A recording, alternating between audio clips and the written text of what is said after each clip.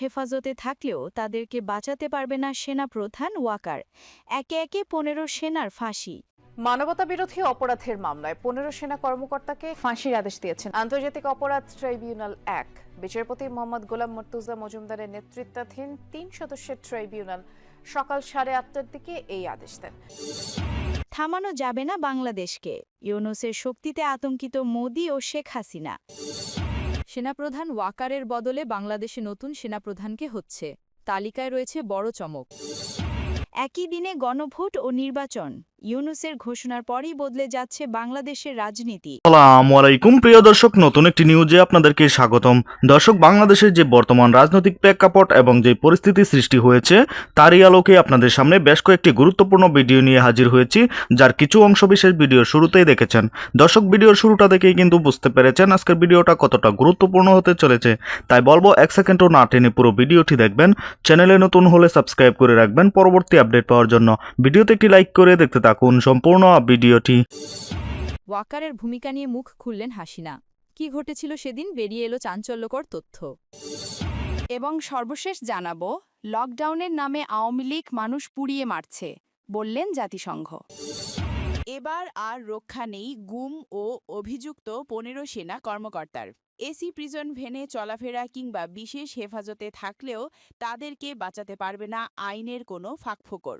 কারণ একে একে তাদের আইনজীবীরা এই গুরুত্বপূর্ণ মামলা থেকে সরে দাঁড়াচ্ছে। ইতিমধ্যেই নৈতিক কারণে সরে গেছেন গুরুত্বপূর্ণ এক আইনজীবী।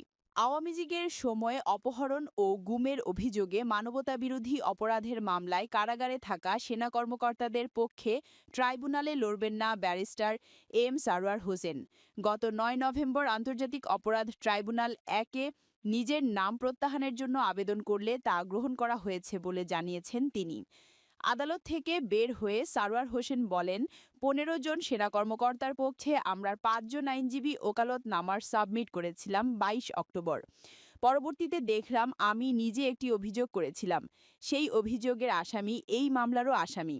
তিনি বলেন, পেশাগত নৈতিকতা ও আচরণবিধি অনুযায়ী আমার ডিফেন্স আইনজীবী হওয়ার কোনো সুযোগ নেই। সেই প্রফেশনাল কন্ডাক্ট এবং এথিক্স অনুযায়ী এবং আইসিটি বিধান অনুযায়ী আজকে একটা আবেদন করেছি। ট্রাইব্যুনাল সেই আবেদন গ্রহণ করেছেন। মানবতাবিরোধী অপরাধের মামলা ৩টির মধ্যে ২টি ক্ষমতাচ্যুত স্বৈরাচার আওয়ামী সরকারের শাসনামলে গুম নির্যাতনের মাধ্যমে সংঘটিত মানবতাবিরোধী অপরাধের ঘটনার।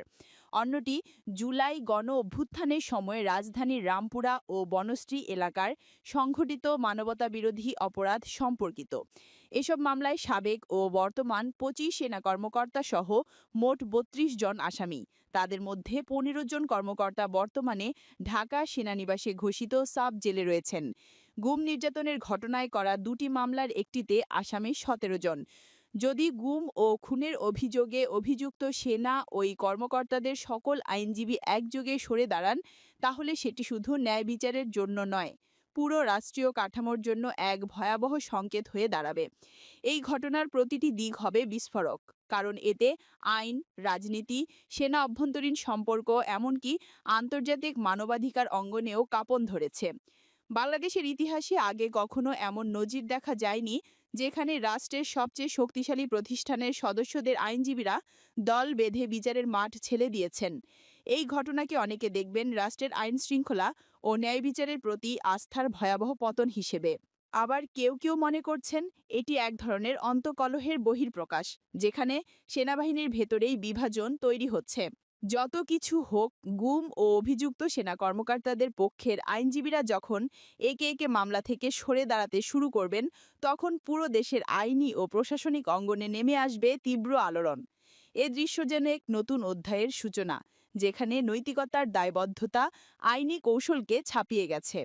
দীর্ঘদিন ধরে মানবাধিকার লঙ্ঘন, জোরপূর্বক গুম, বিচার বহির্ভূত হত্যা ও নির্যাতনের অভিযোগে অভিযুক্ত এই সেনা কর্মকর্তারা আইনগত সুবিধা পেতে অনেক প্রভাবশালী ব্যারিস্টার ও সিনিয়র অ্যাডভোকেট নিয়োগ করেছিলেন।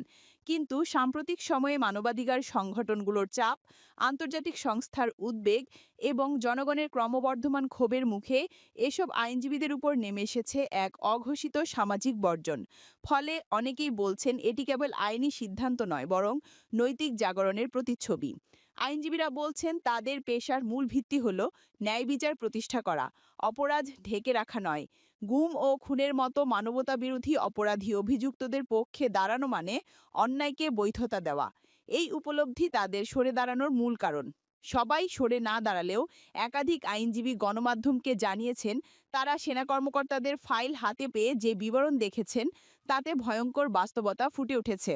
অনেক নিখোঁজ ব্যক্তির নামে অপারেশনাল কভার দেখানো হয়েছে, আবার কোথাও কোথাও মিথ্যা গুলির বিনিময়ের গল্প সাজানো হয়েছে। এসব তথ্যের মুখোমুখি হয়ে তারা নিজের বিবেকের কাছে পরাজিত হয়েছেন। অন্যদিকে অভিযুক্ত কর্মকর্তাদের মধ্যে দেখা যাচ্ছে প্রবল অস্থিরতা, কারণ আইনজীবীরা সরে যাওয়ায় তাদের মামলার কার্যক্রম থমকে গেছে। নতুন কাউকে নিয়োগ দেওয়া কঠিন হয়ে পড়েছে, কারণ কেউই এখন গুম ও খুন ট্যাগযুক্ত আসামের পক্ষে নেওয়াকে নিরাপদ মনে করছেন না। ফলে আইনি লড়াইয়ের পাশাপাশি শুরু হয়েছে সামাজিক ও মানসিক যুদ্ধ। এই পরিস্থিতি সেনাবাহিনীর ভাবমূর্তিতেও গভীর প্রভাব ফেলছে। সেনা সদর দপ্তর এখন এক ধরনের অস্বস্তিকর নীরবতা বজায় রেখেছে। তারা চায় না এই ঘটনাগুলো জনসম্মুখে আরও বড় আকারে প্রকাশিত হোক, কারণ এতে প্রশ্ন উঠেছে পুরো বাহিনীর মানবাধিকার রেকর্ড নিয়ে। বিশেষ করে জাতিসংঘের শান্তিরক্ষা মিশনে বাংলাদেশি সেনাদের অংশগ্রহণ নিয়েও নতুন করে শঙ্কা তৈরি হয়েছে। আন্তর্জাতিক মহল যদি এই অভিযোগগুলোকে সাংগঠনিক অপরাধ হিসেবে দেখে, তাহলে জাতিসংঘের দরজা আংশিক বন্ধ হয়ে যেতে পারে, যা বাংলাদেশের জন্য বড় অর্থনৈতিক ও কূটনৈতিক ধাক্কা হবে। তবে সবচেয়ে বড় পরিবর্তন এসেছে দেশের আইনি মহলে।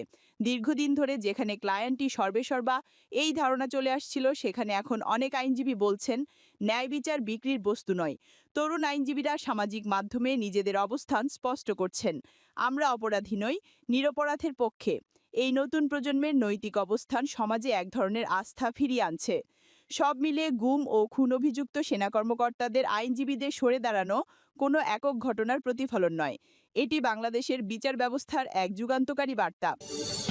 কেউ নিজের জন্য খাল কেটে কুমির আনে? হানে নয়, এনে ফেলেছেন বাংলাদেশের সেনাপ্রধান ওয়াকারুজ্জামান। তার ঘরে বিপদ, বাইরে বিপদ। হাসিনা ফিরলেও তার বিপদ, আবার যদি বিএনপি ক্ষমতায় ফেরে তাতেও তার বিপদ। কোন বিপদের ওজন কতটা তা বলা মুশকিল। হাসিনা ফিরলে তার কি কি বিপদ হতে পারে তার একটা অনুমান আমরা ইতিমধ্যেই পেয়েছি।